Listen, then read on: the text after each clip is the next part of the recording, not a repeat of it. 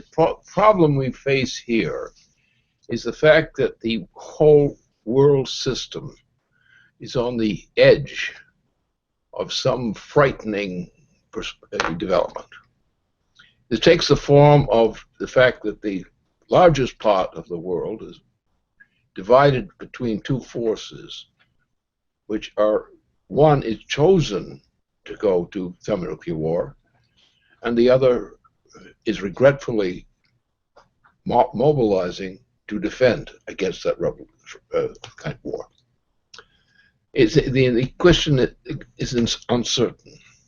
At the same time, the existence of the citizens of the United States is becoming more and more in question. Whether they can live throughout this thing or not, or how many could live out through this thing. The obscenity which is characteristic of the members of the Congress, which is the money members of the Congress, is also another factor. So it's putting at a point where you've come to a point of convection at which this thing is going to blow. Now, we were just discussing this at the table here, but we have recently, in several periods of weeks, we have gone back to celebrating in the Isle of Manhattan. And that has been very useful. It's been refreshing because it represents the traditions which most of us already had. This is what we like to do. This is the way we like to talk. This is the way we like to walk. This is the way we would like to argue. All these kinds of things. We used to have a weak expression of that in Boston and places around then. But with all the crap that went on in Manhattan, one thing you could always find a number of places and people that were interesting to talk with, which is not true in terms of Leesburg. I mean, you very rarely can find a Leesburg denizen who you would want to talk to. You rather was just smile at them and walk away, because all they're interested in is stealing, and it's all legalized stealing, because the rape, financial rape, in Leesburg is exceptionally high, and this was organized some time ago around Dulles Airport, and Dulles Airport became an area which became a swindle area. And we moved a lot of people into this neck of the woods, and they grew worse and worse and worse and worse. And we found ourselves with fewer customers to work with, and more problems and aches and pains and bad highways and bad housing and all these kinds of things. So we're in a turning point in which we have a very short period of time in which to make some accomplished efforts to save civilization. The primary one, of course, the one that's looming the most dangerously, is the threat of thermonuclear war, global thermonuclear war. We're actually very close to that right now. Obama is, the very fact that Obama remains nominally president of the United States is one of the clearest indications of the threat of immediate thermonuclear war. And nobody's doing anything about that to speak of. So these new kinds of problems that were turned in the quality of an already bad history has now turned into a very threatening history where we're on the edge of the threat of a thermonuclear war globally. And I think that what we have to do is we have to give voice to that fact. That's the problem we have to deal with. It's not a simple problem, nor can we simplify the problem itself. We have to play a role, discover how we can play a role to try to tilt the situation in which, for example, what's happening in Manhattan and our organizing in Manhattan, which has been going on for several weeks now. This is typical of the way in which the the people of the United States can get out of the mud which most of them are stuck with.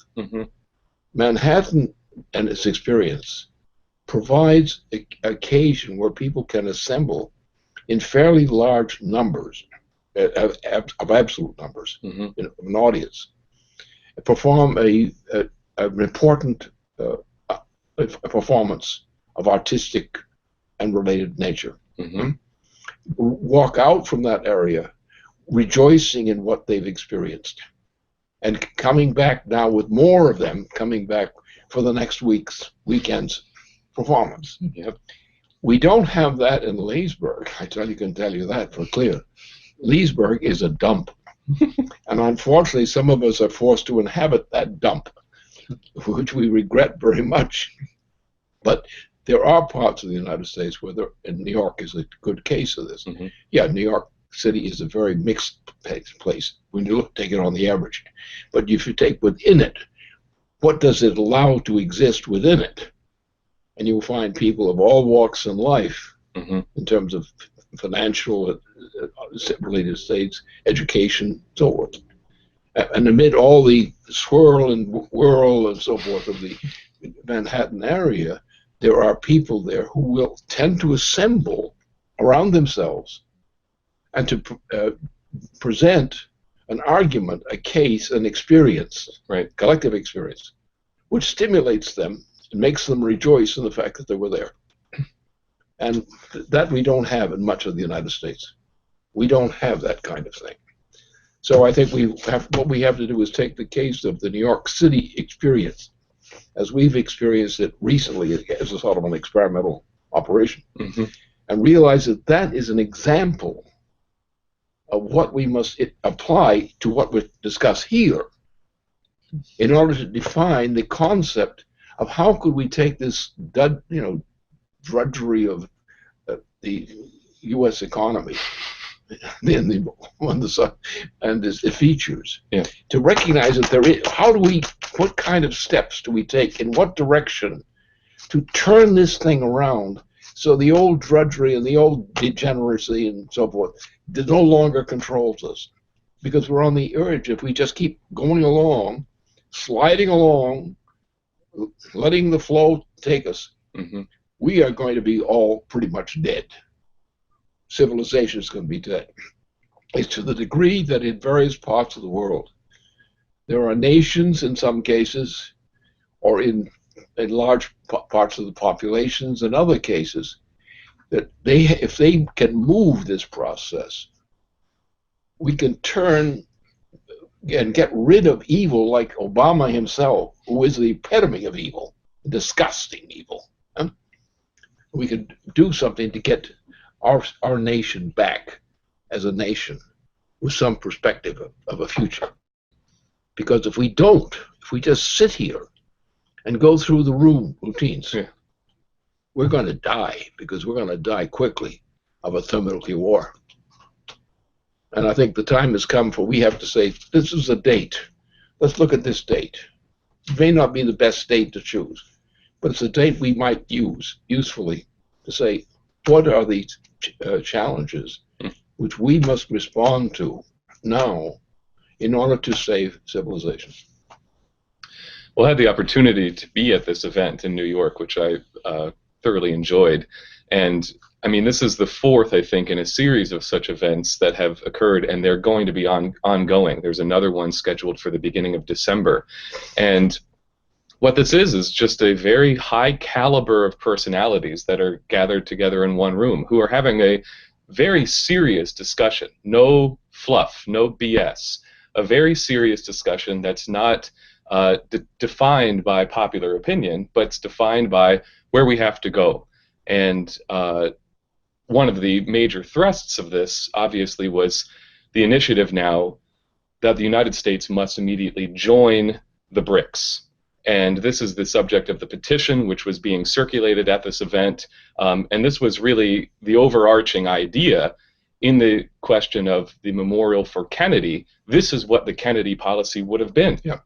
So I thought the other thing that was very significant was the music. The very beginning of this event, with a relatively small choir, was able to effectively perform the first movement of the Mozart Requiem, which defined the entire atmosphere for the event as a whole. So maybe Diane can say a little bit more about this. Well, I was first of all, this was organized a little bit differently because of the anniversary of the Kennedy assassination and the implications of that for survivors of the 9/11 attack on our nation, which was another coup, a more advanced coup and destruction. And Terry Strada, as you know, from the 9/11 families was there, and also Ray McGovern. And then there was a greetings from former Congressman Gallagher. So you had some organizing being done through some of these 9/11 networks independently of our organizing. And one of the points of some tension was how these people who didn't seem to be that familiar with our work were going to respond upon being hit with something perhaps much heavier and more profound than they were thinking they were at. Like one fellow came in and he said, "Is Ray McGovern speaking here?" And I said, "Yes." "Well, this looks like a music event." And I said, "Well, you're actually so late that you missed the music, so maybe it's okay." I mean, really offended that we were going to confront him with beauty, you know. But what was interesting is people are, and I think that's part of the moment and part of the challenge of the organizing, is people are actually prepared right now to be challenged. They know they have been lied to and lied to and lied to, and therefore I think they frankly will not even trust you if you don't present them with something that they never even considered before. So when we had a recitation in German of the Cranes of Ibycus with the English on a screen, nobody left the hall. No one even squirmed. I mean, people were intent on following this. And Jason Ross's presentation was extremely powerful in terms of, one, it without stating it blatantly, it kind of raised the question in your mind of where would we be had Kennedy not been assassinated, and what opportunity might we be missing. It really perfectly went together with the question of the bricks, and then the question of the flank of the 28 pages, the Saudi criminality that Obama is a part of, which so the thing, it was definitely really very, very powerful, and people came out, and as Jeff Steinberg reported, who was there, he said about 4 people were now questioning everything they thought that they knew about China and Russia, and, you know, had a lot of questions for him. So it definitely, and I think these are going to, each event has had a slightly different quality, and we're intersecting different kinds of layers of the population. And hopefully this one planned for December 13th, which will be very focused on the BRICS question per se, will be, you know, a culmination of all of this work. Yeah, sounds good. Good identity. No, that's what the whole crew has to do. That's what the whole crew of this organization, as small as it is in numbers, has to really concentrate on. We need a unity of effect. What has been happening in the organization in general is a drift. It's a drift in sloppy ways, in going in sloppy directions with no clear ultimate interpretation of purpose. And what has happened in Manhattan and these operations in these recent weeks, the series of this stuff, has actually set a pattern which I've emphasized recently. This pattern is what we have to use as a way of organizing everything we organize in our own affairs. Without that coherence supplied in that way, and without using the fact of Manhattan, the New York City area, and using that as saying, well, that is and was the center of the United States in terms of the policy and history of the United States. Other places were important, but without Manhattan, there was nothing to pull them together. And this was the case beginning with our most famous statesman, Hamilton. Hamilton. Yes. Hamilton was a New Yorker. Yeah. And so therefore Manhattan. And he was a great one, and he was shot because he was good, which was one of the things that happened in those days when the British were running around those. So that this is the issue, I think, which is what we have to emphasize and focus, because it's the only way, by taking a coherent view of the nature of the United States and the United States' relationship to the world of nations, is the only way that we can save the United States and save civilization. And New York is an excellent case for this thing, because you get a resonance and a response, a resonance among key people that you don't get anywhere else.